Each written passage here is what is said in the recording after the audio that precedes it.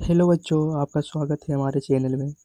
तो इस क्लास में हम बात करने वाले हैं 8th ग्रेड अभ्यास पुस्तिका विज्ञान कक्षा 6 के लिए बच्चों। ठीक है, कक्षा 6 2025 से 2026 के लिए। ठीक है ना, 2025 से 2026 के लिए। तो अब आगे बढ़ते हैं। आज के इस वीडियो में हम देखेंगे बच्चों अध्याय 1 विज्ञान का अनूठा संसार। ठीक है ना, विज्ञान का अनूठा संसार। ठीक है, इस क्लास में हम पूरा इसका क्वेश्चन आंसर सोल्व करेंगे बाबू। जितना भी इस चैप्टर का क्वेश्चन आंसर है इस क्लास में हम सोल्व करेंगे। तो आइए चलते हैं प्रश्न पे अपना। तो पहला प्रश्न है बाबू, सही विकल्प को चुनकर लिखें। सही विकल्प को चुनकर लिखें। उसका पहला है, निम्न में से कौन सा कार्य विज्ञान की खोजों का हिस्सा नहीं है। खोजों का हिस्सा कौन सा नहीं है, तो आपका ऑप्शन डी सिर्फ सिद्धांत याद करना। ठीक है ना, आपका ऑप्शन डी सिर्फ सिद्धांत याद करना। दूसरा प्रश्न है, वैज्ञानिक प्रश्न पूछने के बाद सबसे अगला कदम क्या है। अलग अगला कदम क्या है बाबू, तो आपका सही उत्तर हो जाएगा अनुमान लगाना। ऑप्शन ए अनुमान लगाना। ठीक है ना, चलते हैं अगले प्रश्न पे अपना। इसके बाद आगे देखते हैं बच्चों तीसरा प्रश्न, विज्ञान में प्रयोग का क्या उद्देश्य है। विज्ञान में प्रयोग का क्या उद्देश्य है, तो आपका सही उत्तर हो जाएगा ऑप्शन सी अनुमान का सत्यापन करना। ठीक है ना, अनुमान का सत्यापन करना। आपका अगला प्रश्न है, विज्ञान के अंतर्गत किस प्रकार की प्रक्रिया शामिल होती है। प्रक्रिया शामिल होती है किस प्रकार की, तो आपका ऑप्शन सी हो जाएगा अवलोकन, अनुमान और परीक्षण। ठीक है ना, अवलोकन, अनुमान और परीक्षण। तो इसी प्रकार चलते हैं अब अगले प्रश्न पे। हमारा अगला प्रश्न है, विज्ञान क्या है, तो आपका सही उत्तर हो जाएगा ऑप्शन डी विज्ञान सोचने समझने और कार्य करने का माध्यम है। ठीक है ना बाबू, अब चलते हैं इसी प्रकार अपने अगले प्रश्न पे। हमारा अगला सवाल है बाबू, विद्यालय जाते समय हरदीप के साइकिल के पहिए की हवा निकल गई, इसका वैज्ञानिक कारण क्या हो सकता है। तो आपका सही उत्तर हो जाएगा ऑप्शन बी टायर में कोई नुकीली वस्तु चुभ जाने के कारण। ठीक है ना, ऑप्शन बी हो जाएगा करेक्ट आंसर आपका बाबू। तो अगला प्रश्न है हमारा, विज्ञान को समझने और सीखने के लिए व्यक्ति में कौन कौन सा गुण होना आवश्यक है। तो कौन कौन सा गुण होना आवश्यक है, तो जो आके आपके ऑप्शन सी में हो जाएगा जिज्ञासु प्रवृत्ति। ठीक ना, तो चलते हैं अगले प्रश्न पे बाबू अपना। अगला प्रश्न है बाबू, विज्ञान विज्ञान में कौन सी घटना या कोई खोज को निर्णयों पर पहुंचना कब आनंददायक होता है। आनंददायक कब होता है बाबू, तो आपका सही उत्तर हो जाएगा ऑप्शन है जब कार्य को समूह में किया जाता है। ठीक है ना, जब कार्य को समूह में किया जाता है बाबू। तो हमारा बहुविकल्पीय प्रश्न अब खत्म है बाबू। अब अपना आगे हम दूसरे प्रश्न पे, जो कि है दिए गए शब्दों में से चुनकर रिक्त स्थानों को पूर्ति कीजिए। ठीक ना, तो पूर्ति करने बोल रहा है बाबू, तो ठीक है थोड़ा ऊपर कर लेते हैं इसको। तो हमारा प्रश्न है बाबू, विज्ञान की व्यापक और अंतर्हीन जैसा है, क्या है बाबू, तो आपका उत्तर हो जाएगा पहली। उसके बाद है दूसरा है, एक सुंदर तितली में परिवर्तित होता है, क्या होता है, तो कैटरपिलर। ठीक ना, कैटरपिलर। अगला प्रश्न है, हमारे शरीर की वृद्धि के लिए आवश्यक है, क्या आवश्यक है, तो भोजन। ठीक ना बाबू। अगला प्रश्न है, हमारे प्रश्नों के उत्तर देने में सहायक है, कौन सहायक है, तो विज्ञान। ठीक है ना। अगला प्रश्न, नए वस्तुओं की खोज करने के लिए किसका प्रयोग किया जाता है बाबू, तो आपको लिख देना वहाँ पे वैज्ञानिक विधि का। ठीक है ना, वैज्ञानिक विधि का। तो हमारा दूसरा प्रश्न भी खत्म हुआ बाबू। अब हमारा आता है अति लघुत्तरीय प्रश्न। ठीक ना, अति लघुत्तरीय प्रश्न आता है बाबू, तो अब इसको भी हम थोड़ा ऊपर कर लेते हैं। तो हमारा अब तीसरा प्रश्न कह रहा है बाबू, तीसरा प्रश्न, पृथ्वी पर किसी सजीव के जीवन के अस्तित्व के लिए क्या क्या आवश्यक है, क्या क्या आवश्यक है बाबू, तो आपका उत्तर में हो जाएगा भोजन, पानी, हवा, उचित तापमान और आश्रय किसी भी जीव को जीवित रहने और पनपनाने में मदद करते हैं। ठीक ना बाबू, आपका यही सटीक उत्तर हो जाएगा। तो अब आपका अगला प्रश्न है चौथा, जिज्ञासा शब्द का इस पुस्तक के शीर्षक में क्या महत्व है, क्या महत्व है बच्चों, तो आपका उत्तर हो जाएगा विज्ञान में जिज्ञासा का अर्थ है कुछ नया जानने और समझने की इच्छा। विज्ञान का आधार ही जिज्ञासा है। ठीक ना बाबू, बस इतना आपको लिख देना है, आपका सटीक उत्तर यही हो जाएगा। तो अब चलते हैं अगले प्रश्न पे। अगला प्रश्न बाबू, विज्ञान पांचवा प्रश्न है, विज्ञान के क्षेत्र में किस प्रकार की जिज्ञासा बच्चों में होनी चाहिए। तो आपका सटीक उत्तर हो जाएगा बच्चों, बच्चों में क्यों और कैसे जैसे सवाल पूछने की जिज्ञासा होनी चाहिए। ठीक ना बाबू।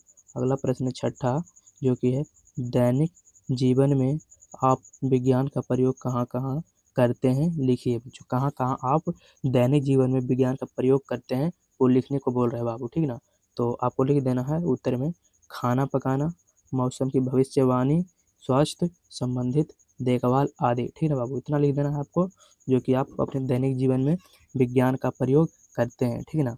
तो अब आपका सातवां प्रश्न है, क्या आपने कभी सोचा है कि बारिश क्यों और कैसे होता है। आप क्या बोल रहे हैं बाबू, क्या आपने कभी सोचा है कि बारिश क्यों और कैसे होता है। अपना उत्तर स्वयं वैज्ञानिक खोज के आधार पर दीजिए बाबू।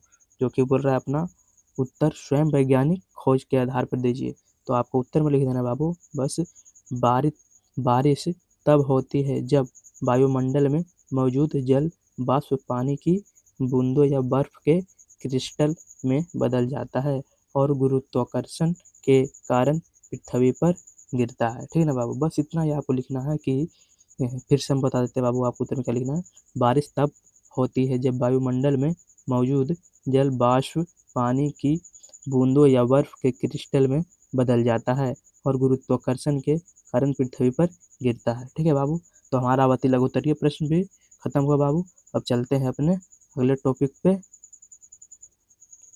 जो कि हमारा अगला टॉपिक है बाबू लघु उत्तरीय प्रश्न। क्या, तो लघु उत्तरीय प्रश्न का आठवां प्रश्न बोल रहा है बाबू। आठवां प्रश्न, विज्ञान के अध्ययन के दौरान प्रश्न पूछना क्यों महत्वपूर्ण है बाबू।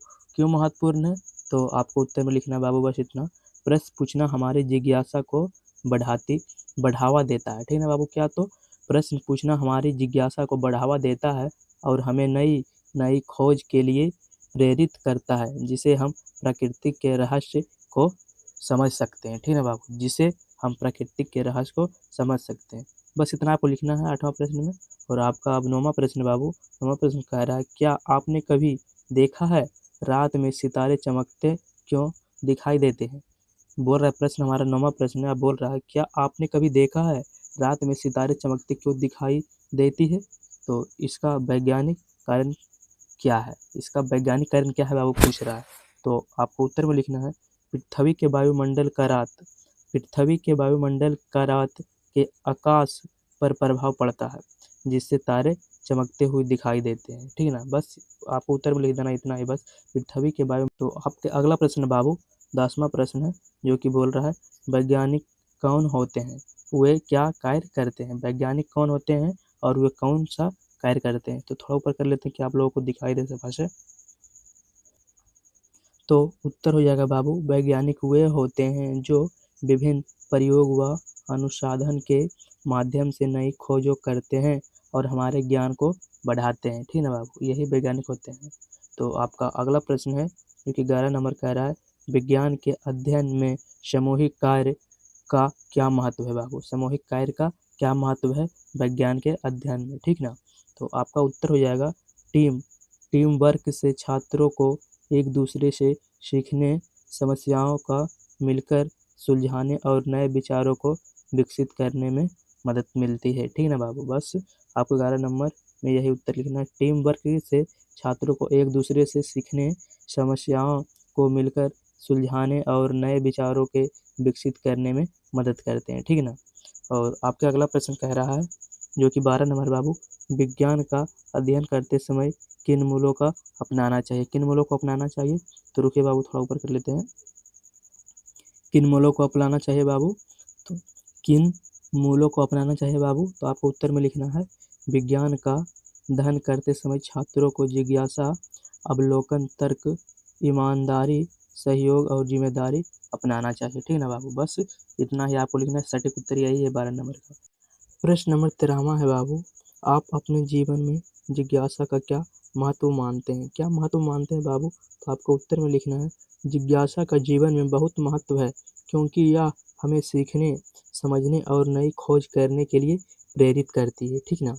बस इतना ही आपको लिखना है, यही सटीक उत्तर आपका होगा।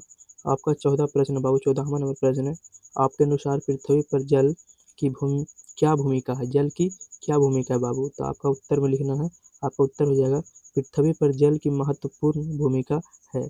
यह जीवन के लिए आवश्यक है और हमें ग्रह का लगभग 71% भाग जल से ढका हुआ है। ठीक है बाबू, तो आपका लघुत्तरीय भी प्रश्न अब खत्म हुआ बाबू। हाँ तो बाबू हमारा लघुत्तरीय प्रश्न खत्म हुआ। अब आ गए अपने दीर्घोत्तरीय प्रश्न पे, ठीक है ना। दीर्घोत्तरीय प्रश्न का 15 नंबर प्रश्न बोल रहा है, दीपा साइकिल की मरम्मत कराने वाले व्यक्ति के पास पहुंची क्योंकि उसकी साइकिल की पूरी हवा निकल गई थी। वह यह उत्तर ढूंढने का प्रयास कर रही है कि हवा निकलने का क्या कारण हो सकता है। उसकी इस समस्या को हल करने के लिए वैज्ञानिक विधि अनुसार क्या क्या चरण हो सकते हैं। क्या क्या चरण हो सकते हैं बाबू? तो आपको उत्तर में लिखना है, टायर से हवा निकलने के कारण जानने के लिए देखेंगे कि कोई कील या कांटा टायर में चुभा हो। फिर एक टब में पानी लेकर टायर की जांच करेंगे। अगर कहीं से हवा लीक हो रही है तो हम समझेंगे कि टायर में छेद हो गया है। इसके बाद टायर में पंचर लगाएंगे या ट्यूब बदलेंगे। यह एक प्रभावी व वैज्ञानिक तरीका होगा। ठीक ना बाबू, बस इतना आपको उत्तर में लिख देना है। तो अब चलते हैं अपने अगले प्रश्न पे।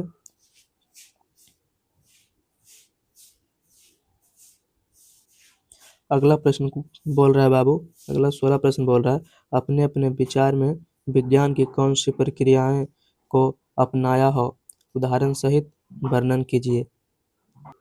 तो आपको उत्तर में लिखना है बाबू, उदाहरण के लिए जब मेरा पेन लिखना बंद कर देता है तो मैं पहले जांच करता हूँ कि क्या इसमें स्याही खत्म हो गई है। यदि स्याही खत्म हो गई है तो मैं नया पेन लेता हूँ, और यदि स्याही खत्म नहीं हुई हो तो मैं उसके अन्य हिस्सों की जांच करता हूँ। यह प्रक्रिया वैज्ञानिक विधि का पालन करती है। ठीक ना बाबू, बस इतना आपको उत्तर में लिख देना है। तो चलते हैं अब अपने अगले प्रश्न पे। तो अब हमारा अगला प्रश्न बाबू, प्रश्न नंबर 17। प्रश्न नंबर 17 कह रहे हैं, विज्ञान हमें प्राकृतिक दुनिया को समझाने में कैसे मदद करता है। कैसा मदद करता है बाबू? तो आपको उत्तर में लिखना है, विज्ञान हमें, रुक जाना थोड़ा, तो आपको उत्तर में लिखना है, विज्ञान हमें घटनाओं के पीछे के कारण को जानने, पैटर्न और चक्रों की पहचान करने और प्राकृतिक दुनिया में होने वाले परिवर्तन को समझाने में मदद करती है। ठीक है ना बाबू, आपका सटीक उत्तर 17 नंबर का बस यही है। बस आपको इतना लिख देना, ठीक है ना। अब चलते हैं अपने अगले प्रश्न पर।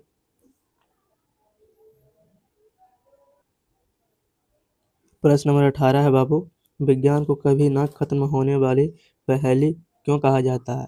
तो विज्ञान को कभी ना खत्म होने वाली पहेली क्यों कहा जाता है बाबू? आपको उत्तर में लिखना है, विज्ञान को कभी ना खत्म होने वाली पहेली इसलिए कहा जाता है क्योंकि हर नई खोज नए सवालों और खोजों को जन्म देने देती है, जिससे ज्ञान व विस्तार निरंतर बढ़ता रहता है। यह एक अंतहीन प्रक्रिया है। ठीक है बाबू, बस आपको सटीक उत्तर 18 नंबर का यही हो जाएगा। तो अब चलते हैं अपने अगले प्रश्न पर।